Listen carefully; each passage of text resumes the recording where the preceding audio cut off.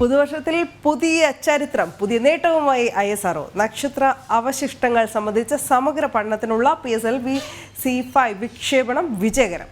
ശ്രീഹരിക്കോട്ടയിൽ നിന്നാണ് കുതിച്ചുയർന്നത്.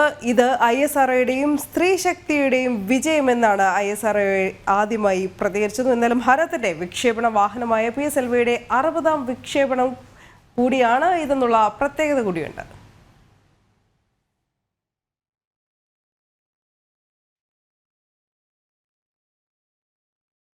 ഐസൻ ജോസ് നൽകും കൂടുതൽ വിവരങ്ങൾ.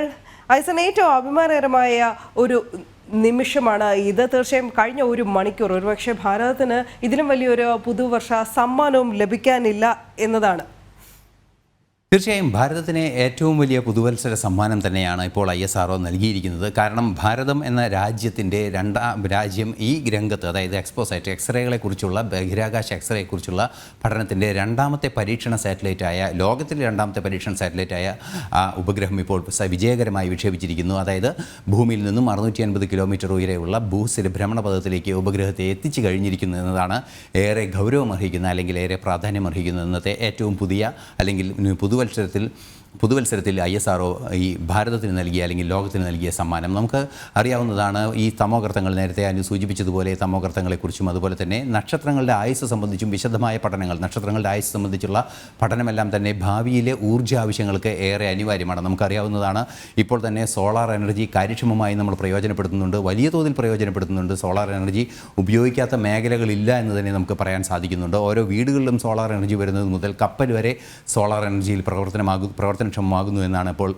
ലഭ്യമാകുന്ന വിവരങ്ങളിൽ നിന്നും ശാസ്ത്ര വാർത്തകളിൽ നിന്നുമെല്ലാം മനസ്സിലാക്കാൻ സാധിക്കുന്നത്. അതിൻ്റെ ആ കാലഘട്ടം എത്ര കാലത്തേക്ക് നമുക്ക് സോളാർ എനർജി ലഭ്യമാക്കാൻ സാധിക്കും, അല്ലെങ്കിൽ ഭൂമിയിൽ എത്ര കാലത്തേക്ക് ഇത് പ്രയോജനപ്പെടുത്താൻ സാധിക്കുമെന്ന് കൃത്യമായൊരു കാലഗണന കണക്കാക്കാൻ സാധ്യമാകുന്ന ഒരു ഡാറ്റയായിരിക്കും ഈ എക്സ്റേ സംബന്ധിച്ച പഠനം. നമുക്ക് അറിയാവുന്നതാണ് ഫോട്ടോസ്ഫിയറിൻ്റെ, അതായത് സൂര്യൻ്റെ പുറമേയുള്ള ഭാഗം, ആ ഫോട്ടോസ്ഫിയറിൻ്റെ ആ ഒരു താപനിലയും അതുപോലുള്ള മറ്റു വിവരങ്ങളും റേഡിയേഷൻസുമാണ് ഇപ്പോൾ നമ്മൾ പഠിച്ചുകൊണ്ടിരിക്കുന്നത്, അല്ലെങ്കിൽ ലോകം തന്നെ കൃത്യമായി പഠിച്ചത്.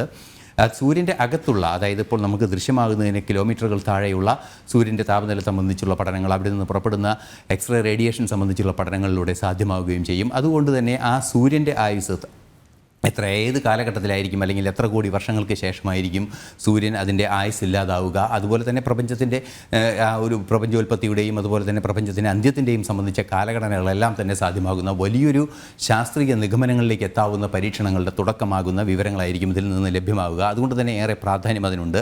മറ്റൊരു പ്രധാന ഘടകം ഈ വിക്ഷേപണവുമായി ബന്ധപ്പെട്ടുള്ളത് തിരിച്ചു കൊണ്ടുവരിക, അതായത് റോക്കറ്റിൻ്റെ ഒരു ഭാഗത്തെ തന്നെ തിരിച്ച് ഭൂമിക്ക് സമാനമായ, ഭൂമിക്ക് അടുത്തേക്ക് എത്തിക്കുന്നതിനും തുടർ പരീക്ഷണങ്ങൾ നടത്തിയതിന് ശേഷം അത് അന്തരീക്ഷത്തിലേക്ക് എത്തിച്ച് സ്വയം കത്തിച്ചു കളയുന്ന സെൽഫ് ബേണിംഗ് സംവിധാനത്തിലൂടെ ഈ സ്പേസ് ഡെബ്രി നിയന്ത്രിക്കുന്ന ഒരു പരീക്ഷണം കൂടിയാണ്. അതാണ് പോയം എന്ന പരീക്ഷണം കൊണ്ട് ഉദ്ദേശിക്കുന്നത്. ഈ പരീക്ഷണത്തിലാണ് നേരത്തെ ഞാൻ സൂചിപ്പിച്ചതുപോലെ ISRO ചെയർമാൻ എല്ലാം തന്നെ വ്യക്തമാക്കിയ സ്ത്രീ ശാക്തീകരണത്തിൻ്റെ വിജയം, അല്ലെങ്കിൽ സ്ത്രീ ശാക്തീകരണം എന്നതിൻ്റെ ഒരു പ്രധാന ഘടകമായി ഇതിൽ വരുന്നത്. കാരണം വിമൻ എഞ്ചിനീയർഡ് സാറ്റലൈറ്റ്, അതായത് സ്ത്രീകൾ നിർമ്മിച്ച, അത് പ്രധാനമായും എടുത്തു പറയേണ്ടത് പൂജപ്പുരയിലെ LBS സെൻറ്ററിൽ നിർമ്മിച്ച ആ വളരെ ഭാരം കുറഞ്ഞ, അല്ലെങ്കിൽ ഒരു പക്ഷേ ഈ ഭാരതം ലോഞ്ച് ചെയ്ത സാറ്റലൈറ്റുകളിൽ ഏറ്റവും ഭാരം കുറഞ്ഞ സാറ്റലൈറ്റായ ഈ പൂജപ്പുരയിൽ നിലെ ഈ LBS സെൻറ്ററിൽ നിന്നും വിക്ഷേപിക്കുന്ന solar radiance and ultraviolet index എന്ന് പറയുന്ന ആ താരതമ്യ പഠനം സംബന്ധിച്ചൊരു സാറ്റലൈറ്റാണ്. അത് മുഴുവനായും നിർമ്മിച്ചിരിക്കുന്നത് സ്ത്രീ എഞ്ചിനീയർമാരാണ്. അതുകൊണ്ട് തന്നെയാണ് അതിനെ വനിതാ ശാക്തീകരണത്തിൻ്റെ ഒരു ഭാഗമായി കണക്കാക്കപ്പെടുന്നത്. അതുപോലെ 9ഓളം സാറ്റലൈറ്റുകൾ അമേച്ചർ റേഡിയോ വിഷയങ്ങളിലും അതുപോലെ തന്നെ ഗ്രീൻ ഇമ്പൾസ് ട്രാൻസ്മിറ്റർ, അത്തരത്തിലുള്ള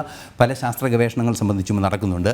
മറ്റൊരു പ്രധാന ഗവേഷണം ഈ ഇതിനകത്ത് നടക്കുന്നത്, ഇപ്പോൾ പോയം എന്ന് പറയുന്ന ഈ സാറ്റലൈറ്റിൻ്റെ ഈ ലോഞ്ച് വെഹിക്കിളിൻ്റെ ഭാഗം തിരിച്ച് 350 കിലോമീറ്റർ ഓൾട്ടിറ്റ്യൂഡിലേക്ക് കൊണ്ടുവരുന്ന ആ ഘടകത്തിൽ ഉൾപ്പെടുന്നത് ഈ ഫ്യൂവൽ സെൽ സംബന്ധിച്ചാണ്. ഹൈഡ്രജൻ ഫ്യൂവൽ സെൽ സംബന്ധിച്ച് പരീക്ഷണങ്ങൾ നടത്തുന്ന ഒരു സംവിധാനമാണ്.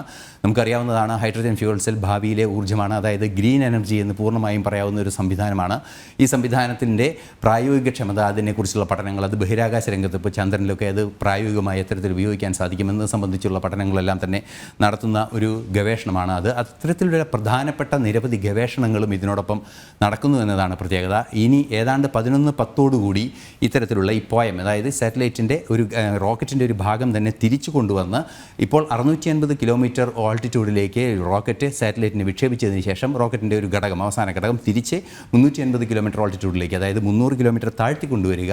അവിടെ നിന്ന് തുടർ പരീക്ഷണങ്ങൾക്ക് ശേഷം അത് സ്വയം നശിച്ചു പോകുന്ന സംവിധാനങ്ങളിലേക്ക് കൊണ്ടുപോവുക. അതായത് ഇതുവഴി രണ്ട് കാര്യങ്ങളാണ് നടപ്പാക്കാൻ സാധിക്കുന്നത്. കാരണം തിരിച്ചു കൊണ്ടുവരുന്നതിനുള്ള നമ്മളുടെ കോമ്പിറ്റൻസി കൃത്യമായി പരിശോധിച്ചറിയുന്നതിനും അല്ലെങ്കിൽ പരീക്ഷിച്ചറിയുന്നതിനും സാധിക്കുന്നു. അതുപോലെ തന്നെ തിരിച്ചിവിടെ എത്തിയതിന് ശേഷം സ്പേസ് ഡെബ്രി, അതായത് ബഹിരാകാശത്ത് സാറ്റലൈറ്റുകളുടെ ഘടകങ്ങൾ, റോക്കറ്റിൻ്റെ ഘടകങ്ങളെല്ലാം തന്നെ നിറഞ്ഞിരിക്കുന്നൊരു സാഹചര്യമാണ് ഇപ്പോൾ. അതുകൊണ്ട് തന്നെ ആ സ്പേസ് ഡെബ്രി ഒഴിവാക്കുക, അത് ഭൂമിയിലേക്ക് തന്നെ തിരിച്ചു കൊണ്ടുവന്ന് അതിനെ ഇല്ലാതാക്കുക എന്ന ഒരു ദൗത്യം കൂടി നടപ്പാക്കുന്നതിൻ്റെ ഭാഗമായാണ് ഈ പോയം എന്ന് പറയുന്ന ഈ പോളാർ സാറ്റലൈറ്റിൻ്റെ റോക്കറ്റിനെ തിരിച്ചു കൊണ്ടുവരുന്ന വിക്ഷേപണ ഘടകത്തിൻ്റെ പ്രവർത്തനം. അത് ഇന്ന് 11:10 കൂടി അത് യാഥാർത്ഥ്യമാകുന്നതോടുകൂടി ഈ എക്സ്പോസാറ്റ് വിക്ഷേപണം പൂർണ്ണമാവുകയും ബഹിരാകാശ രംഗത്ത് വൻ വിജയമാവുകയും ചെയ്യും. 60ാമത്തെ PSLV ലോഞ്ചിൻ്റെ ആ വിജയം വലിയൊരു വിജയമായി തന്നെ മാറും, നിർണായകമായ നാഴികക്കല്ലുകൾ ഉണ്ടാകുന്ന ഒരു വിജയമായി മാറും എന്ന കാര്യത്തിലും തർക്കമില്ല. ആയസൻ, ഈ ശാസ്ത്ര ലോകത്തിന് ഒരുപക്ഷെ ഈ സമയത്ത് സാധാരണക്കാർ ഉൾപ്പെടെയുള്ളവർക്ക് ഏറ്റവും പ്രധാനപ്പെട്ട ഇൻട്രസ്റ്റിംഗ് ആയിട്ടുള്ള ഒരു ടോപ്പിക് തന്നെയാണ് തമോഗർത്തം അഥവാ ബ്ലാക്ക് ഹോൾസ് എന്നത്. ഈ ബ്ലാക്ക് ഹോൾസിൻ്റെ പഠനം കൂടി ഉദ്ദേശിച്ചിട്ടാണല്ലോ, അതാണല്ലോ പ്രധാനമായും ഈ എക്സ്പോസാറ്റിൻ്റെ വിക്ഷേപണത്തിന് പിന്നിൽ. ഒരുപക്ഷെ ഈ ഒരു ശ്രേണിയിൽ നാസ കഴിഞ്ഞിട്ട് ഭാരതമാണ്, ഇപ്പോൾ ISRO ആണ് ഈ തരത്തിലുള്ള ഒരു ചുവടുവയ്പ് നടത്തുന്നത്. എങ്ങനെയാണ് ഇത് നാസയുടെ 2021 വിക്ഷേപണത്തിൽ നിന്ന് വേറിട്ട് നിൽക്കുന്നത്? തീർച്ചയായും 2021 നാസയുടെ വിക്ഷേപണത്തിൽ നിന്നും കുറേ കൂടി കിലോ വോൾട്ട് ഇലക്ട്രോണിക്സിൻ്റെ സാധ്യത, അതായത് പ്രവർത്തനക്ഷമതയുടെ സാധ്യത കുറച്ച് കൂടുതൽ. നമുക്കിപ്പോൾ ബൾബിലുള്ള വോൾട്ടേജിൻ്റെ വ്യത്യാസം നമുക്ക് പറയുന്നത് പോലെ, വോൾട്ടുകളും വാട്ടുകളും തമ്മിലുള്ള വ്യത്യാസം പറയുന്നത് പോലെ കാര്യമായൊരു വ്യത്യാസം പറയാനില്ലെങ്കിലും കുറേ കൂടെ കാര്യക്ഷമമായ വിവരങ്ങൾ ലഭ്യമാക്കുന്നതിനുള്ള ഒരു സംവിധാനമാണ് ഒരുക്കിയിരിക്കുന്നത് എന്ന കാര്യത്തിൽ തർക്കമില്ല. അത് തീർച്ചയായും കുറേ കൂടി സാങ്കേതികമായി തികവുള്ളതും മികവുള്ളതുമായ ഒരു സംവിധാനം തന്നെയാണെന്ന് പറയാൻ സാധിക്കും. എന്നാൽ അന്നത്തെ ആ ഒരു ആവശ്യം, അന്ന് ഏത് ആവശ്യത്തിനാണോ ശാസ്ത്ര സമൂഹം മുന്നോട്ട് വെച്ചത്, ആ ആവശ്യത്തിനനുസരിച്ചാണ് 2021 നാസ തങ്ങളുടെ ഈ സമാനമായ ഉപഗ്രഹം വിക്ഷേപിച്ചത്. അതായത് എക്സ്റേ പഠനം സംബന്ധിച്ച ഉപഗ്രഹം വിക്ഷേപിച്ചത്. അതിൻ്റെ സബ്സിഡിയറിയായി തുടർ ഗവേഷണങ്ങൾ നടത്തുന്നതിന്, അതായത് ആ ഗവേഷണത്തിൻ്റെ സാധ്യത അവസാനിക്കുന്നതോടുകൂടി അല്ലെങ്കിൽ ആ സാറ്റലൈറ്റിൻ്റെ കാലാവധി അവസാനിക്കുന്നതോടുകൂടി വീണ്ടും ലോകത്തിനെ ഇത്തരത്തിലുള്ള വിവരങ്ങൾ തുടർച്ചയായി ലഭ്യമാകുന്ന ഒരു പ്രവർത്തനത്തിൻ്റെ ഭാഗമായി കൂടിയാണ് എക്സ്പോസൈറ്റിൻ്റെ വിക്ഷേപണം നടന്നിരിക്കുന്നത്. ഭൂമിയിലേതും, അതായത് ഭൂമിയെ നിരീക്ഷിക്കുന്ന ഏത് സാറ്റലൈറ്റുകളും ഏത് കൃത്രിമ ഉപഗ്രഹങ്ങളും ഈ പ്രത്യേക രാജ്യത്തിന് അല്ലെങ്കിൽ ആ ലോഞ്ച് ചെയ്യുന്ന രാജ്യത്തിനോ അതിൻ്റെ സാമ്പത്തിക ആവശ്യങ്ങൾക്കോ മാത്രമല്ല ലോകത്തിൻ്റെ മുഴുവൻ ആവശ്യങ്ങൾക്കാണ് എന്ന ഒരു സന്ദേശമാണ് ഈ സ്പേസ് ഡിപ്ലോമസിയുടെ അടിസ്ഥാനം. അതിൻ്റെ ഭാഗമായി തന്നെ നേരത്തെ നാസ വിക്ഷേപിച്ചിരിക്കുന്നു. അതിനേക്കാൾ കൂടുതൽ കാര്യക്ഷമമായ തുടർ വിവരങ്ങൾ ലഭ്യമാകുന്നതിനുള്ള സംവിധാനങ്ങൾ ഭൂമിയിൽ ഭാരതവും വിക്ഷേപിച്ചിരിക്കുന്നു. അത്തരത്തിലുള്ള നീക്കങ്ങളാണ് ഉണ്ടായിക്കൊണ്ടിരിക്കുന്നത്. അതായത് തീർച്ചയായും നേരത്തെ വിക്ഷേപിച്ചതിനേക്കാൾ സാങ്കേതികമായി ചില മാറ്റങ്ങൾ അല്ലെങ്കിൽ കാര്യക്ഷമമായ ശേഷികൾ എല്ലാം തന്നെ കൂടുതലുണ്ട് എങ്കിൽ കൂടി അതിൻ്റെ ഒരു തുടർച്ചയായി തന്നെയാണ് ഇതിനെ കാണേണ്ടത് എന്നാണ് മനസ്സിലാക്കേണ്ടത്.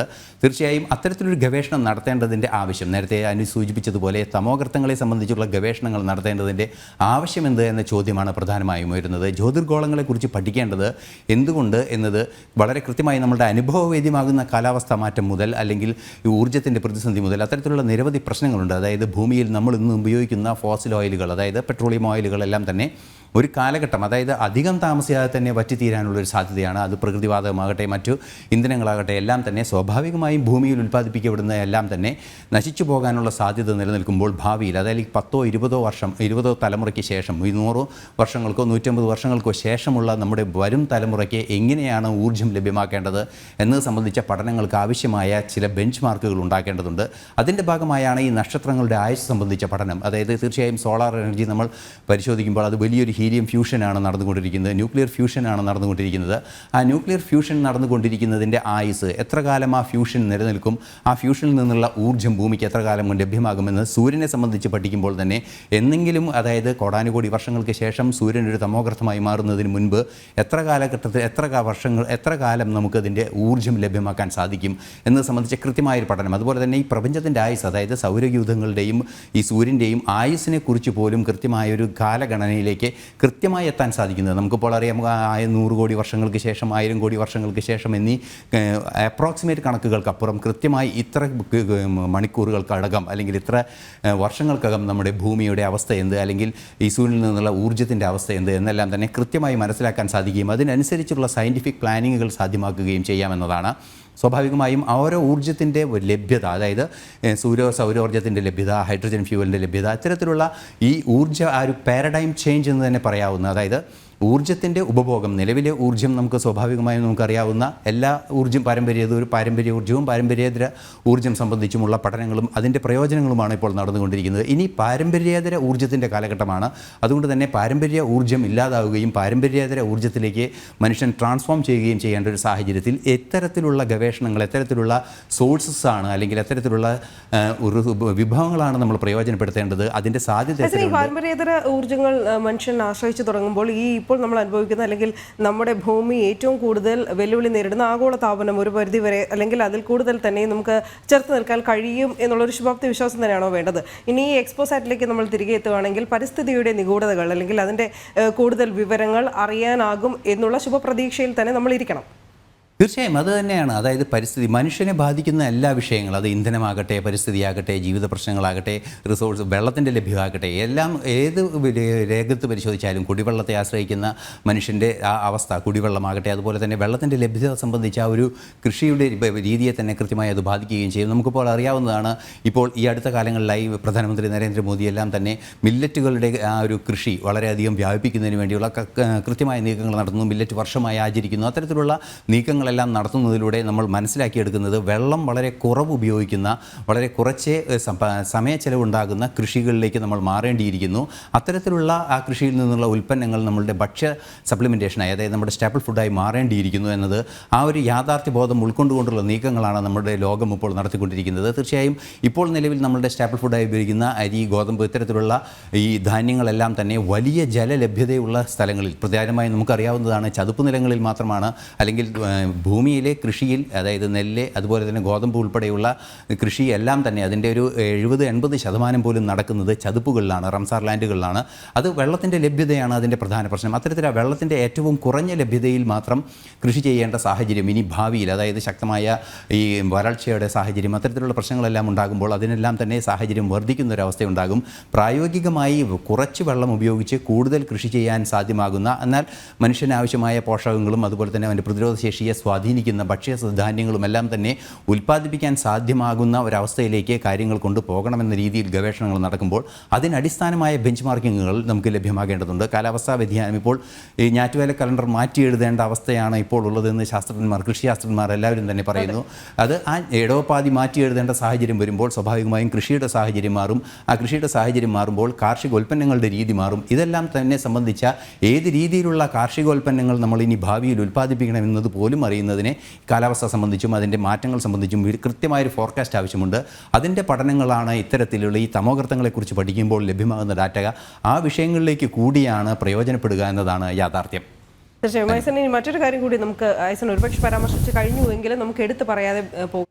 കാരണം ഏറ്റവും കൂടുതൽ അഭിമാനകരമായ മറ്റൊരു വിഷയം, ഇപ്പോൾ ISRO ഈ വിക്ഷേപണ വിജയകരമെന്ന് പ്രഖ്യാപിച്ചതിനോടൊപ്പം തന്നെ പറഞ്ഞത് സ്ത്രീശക്തിയുടെ വിജയമാണ്, സ്ത്രീ ശാക്തീകരണത്തിൻ്റെ വിജയമാണ്. അതിൽ നമുക്ക് ഏറെ അഭിമാനിക്കാവുന്നത് തിരുവനന്തപുരം പൂജപ്പുര LBS വനിതാ എഞ്ചിനീയറിംഗ് കോളേജിലെ വിദ്യാർത്ഥിനികൾ രൂപകൽപ്പന ചെയ്ത VSAT ഉൾപ്പെടെയുള്ള 10 ചെറു ഉപഗ്രഹങ്ങൾ കൂടെയാണ് ഇതോടൊപ്പം വിക്ഷേപിച്ചിരിക്കുന്നത്. ഈ VSATൻ്റെ പ്രത്യേകതയിലേക്ക് നമ്മൾ മടങ്ങി വരികയാണെങ്കിൽ ഒരുപക്ഷെ സംസ്ഥാനത്ത് ഈ അൾട്രാ വയലറ്റ് രശ്മികൾ എങ്ങനെയാണ് സംസ്ഥാനത്തെ കാലാവസ്ഥയെ ബാധിക്കുന്നു എന്നതുൾപ്പെടെയുള്ള പഠനങ്ങൾ ഇതിലൂടെ ലഭ്യമാകുമെന്നാണ് മനസ്സിലാക്കാൻ കഴിയുന്നത്. തീർച്ചയായും ഈ അൾട്രാ വയലറ്റ് ഇൻഡെക്സിംഗ് ആണ്. അതായത് ഈ അൾട്രാ വയലറ്റ് റേഡിയേഷൻ ഏത് സമയത്തുണ്ടാകുന്നു, എങ്ങനെ ഉണ്ടാകുന്നു, അത് ഭൂമിയിൽ എത്ര ആഘാതങ്ങൾ സൃഷ്ടിക്കുന്നു, അത് അൾട്രാ വയലറ്റ് റേഡിയേഷൻ്റെ ആവശ്യമെന്ത് നമുക്കറിയാവുന്നതാണ്.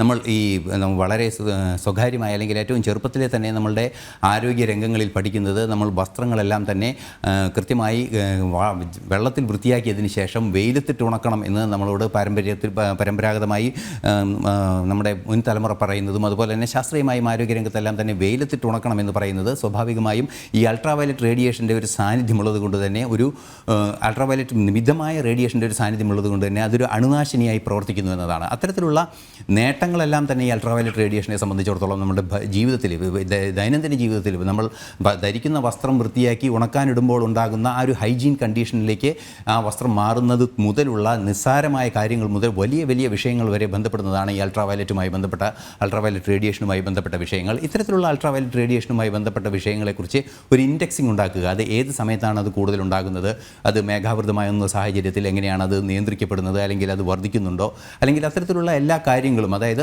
അൾട്രാവയലറ്റ് റേഡിയേഷനെ സംബന്ധിച്ച ഒരു ഇൻഡെക്സിംഗ് ആണ് പ്രയോജനപ്പെടുത്താൻ സാധിക്കുന്നത്. അത്തരത്തിലൊരു ഇൻഡെക്സിംഗ് തയ്യാറാക്കുകയാണെങ്കിൽ തീർച്ചയായും നമുക്കറിയാൻ സാധിക്കും 50 വർഷത്തെ കാലാവസ്ഥ, അതായത് കാലാവസ്ഥ സംബന്ധിച്ചൊരു പഠനം നടത്തുകയാണെങ്കിൽ അത് 50 വർഷത്തെ ഡാറ്റയാണ് പ്രധാനമായും ഉപയോഗിക്കുക. 50 വർഷത്തെ ഡാറ്റ അനലൈസ് ചെയ്യുമ്പോഴാണ് കാലാവസ്ഥയെക്കുറിച്ച് നമുക്ക് പഠനം നടത്തുന്നതിനുള്ള നിഗമനങ്ങളിലേക്ക് എത്താൻ സാധിക്കുക. അത്തരത്തിലുള്ള ഇൻഡെക്സിങ്ങുകളാണ് ഈ സാറ്റലൈറ്റ് കൊണ്ട് ഉദ്ദേശിക്കുന്നത്. സാറ്റലൈറ്റിൻ്റെ ഭാരം, അതുപോലെ തന്നെ അതിൻ്റെ ഒരു കാര്യക്ഷമത, അല്ലെങ്കിൽ അതിൻ്റെ ഒരു സങ്കീർണത, ഇതൊന്നും പരിശോധിക്കുമ്പോൾ വളരെ ചെറിയൊരു സാറ്റലൈറ്റ് ആണ് എങ്കിൽ കൂടി അത് എല്ലാം നിർമ്മിച്ചിരിക്കുന്നത് സ്ത്രീകളാണ് എന്നതാണ് ഏറെ ഗൗരവമർഹിക്കുന്നൊരു വിഷയം. കാരണം ശാസ്ത്ര സാങ്കേതിക രംഗത്തെ സ്ത്രീ സാന്നിധ്യം എന്ന് പറയുന്നത് വളരെ ചുരുക്കമായൊരു യാഥാർത്ഥ്യമുണ്ട്. ആ യാഥാർത്ഥ്യത്തെ തന്നെ അഭിസംബോധന ചെയ്തിരിക്കുകയാണ്. അതുകൊണ്ട് തന്നെ അതായത് ഈ സ്ത്രീകൾ എല്ലാ രംഗത്തേക്കും കടന്നു വരണം, അതായത് സ്പേസ് രംഗത്തേക്കും ലോകത്തുള്ള ഏത് രംഗങ്ങളും പുരുഷനോടൊപ്പം നിലനിൽക്കാൻ സ്ത്രീക്കും സാധിക്കുമെന്ന ഒരു തുല്യതയുടെ, ഒരു ജെൻഡർ ഈക്വാലിറ്റിയുടെ സന്ദേശം കൂടി ഒരു സാറ്റലൈറ്റിൽ നൽകുന്നു എന്നതാണ് ഏറെ സവിശേഷത. തീർച്ചയായും ഒരു ജെൻഡർ ഈക്വാലിറ്റിയുടെ ഭാഗത്ത് നിന്ന് പരിശോധിക്കുകയാണെങ്കിൽ കൂടി, അല്ലെങ്കിൽ സ്ത്രീകൾ തങ്ങൾക്ക് സാധ്യമാകുന്നത്, നമുക്ക് അറിയാവുന്നതാണ് ഈ രാജ്യത്തിൻ്റെ തലപ്പത്ത് പോലും ഒരു സ്ത്രീയാണുള്ളത്. പലതവണ സ്ത്രീ രാഷ്ട്രപതി തന്നെയായ രാജ്യം കൂടിയാണ് ഭാരതം. എന്നാൽ സ്ത്രീകളുടെ സാന്നിധ്യം, തൊഴിൽ സാന്നിധ്യം സംബന്ധിച്ചും സ്ത്രീകളുടെ സാങ്കേതിക രംഗത്തെ സാന്നിധ്യം സംബന്ധിച്ചും അതുപോലെ തന്നെ ഗവേഷണ രംഗം, ഈ രംഗങ്ങളിലെല്ലാമുള്ള സാന്നിധ്യം സംബന്ധിച്ച് കാര്യക്ഷമമായ ഒരു അനുപാതമില്ല എങ്കിൽ കൂടി നമുക്കറിയാവുന്നതാണ് പല നിർണായക പദവികളിലും, നിർണായക ഉദ്യോഗസ്ഥ പദവികളാകട്ടെ, ശാസ്ത്ര പദവികളാകട്ടെ, അല്ലെങ്കിൽ അത്തരത്തിലുള്ള അതിസങ്കീർണമായ പദവികളിലെല്ലാം തന്നെ സ്ത്രീകൾ എത്തിയ സാഹചര്യം നമുക്കുണ്ട്. സ്ത്രീകൾക്ക് അപ്രാപ്യമായൊരു മേഖല ലോകത്തില്ല എന്ന് വളരെ കൃത്യമായി ലോകം തന്നെ തെളിയിച്ചു കഴിഞ്ഞിരിക്കുകയാണ്. ആ സാധ്യത കൂടി, അതായത് സ്ത്രീകൾ അവരെ മുഖ്യധാരയിലേക്ക് കൊണ്ടുവരുന്നതിനും ശാസ്ത്ര സാങ്കേതിക രംഗത്തെ വലിയ ഗവേഷണങ്ങൾ നടത്താൻ തങ്ങൾക്ക് പ്രാപ്തിയുണ്ട്, തങ്ങളുടെ ബുദ്ധിശേഷിക്ക് പ്രാപ്തിയുണ്ട്, അവരുടെ ക്രയശേഷിക്ക് പ്രാപ്തിയുണ്ടെന്ന് തെളിയിക്കുക കൂടി ചെയ്യുന്നതാണ്. പ്രധാനമായും എടുത്തു പറയേണ്ടത് കേരളത്തിൽ നിന്നുള്ള ഒരു സാറ്റലൈറ്റ് കൂടിയാണ് എന്നത് ഏറെ അഭിമാനകരമായ ഒരു വിഷയം കൂടിയാണ്. അനു, തീർച്ചയായും വളരെ ലളിതവും അതോടൊപ്പം തന്നെ നേരിട്ടും വ്യക്തവുമുള്ള ഒരു റിപ്പോർട്ടിംഗ് തന്നെ. ഐസന് നന്ദി അറിയിക്കുന്നുണ്ട് നമ്മുടെ പ്രേക്ഷകരും. കാരണം ഈ ഏതൊരു ശാസ്ത്ര സംഭവങ്ങളും സാധാരണക്കാരെ സംബന്ധിച്ചിടത്തോളം എപ്പോഴും ഒരു റോക്കറ്റ് സയൻസിൻ്റെ ശ്രേണിയിലാണ് പെടുത്തുന്നത്. അവിടെയാണ് ഏറ്റവും വ്യക്തമാർന്നതും ലളിതമാർന്നതും രീതിയിൽ ഈ കാര്യങ്ങൾ നമുക്ക് വിശദമാക്കി തന്നത്. ശരി, ഐസൻ ജോസാണ് സയൻസ് ഡെസ്കിൽ നിന്ന് നമ്മളോടൊപ്പം ചേർന്നത്. മണിക്കൂറുകളിലും ഇത് സംബന്ധിച്ച വിശദമായ റിപ്പോർട്ടുകൾ നമ്മൾ ഉൾപ്പെടുത്തുന്നതായിരിക്കും.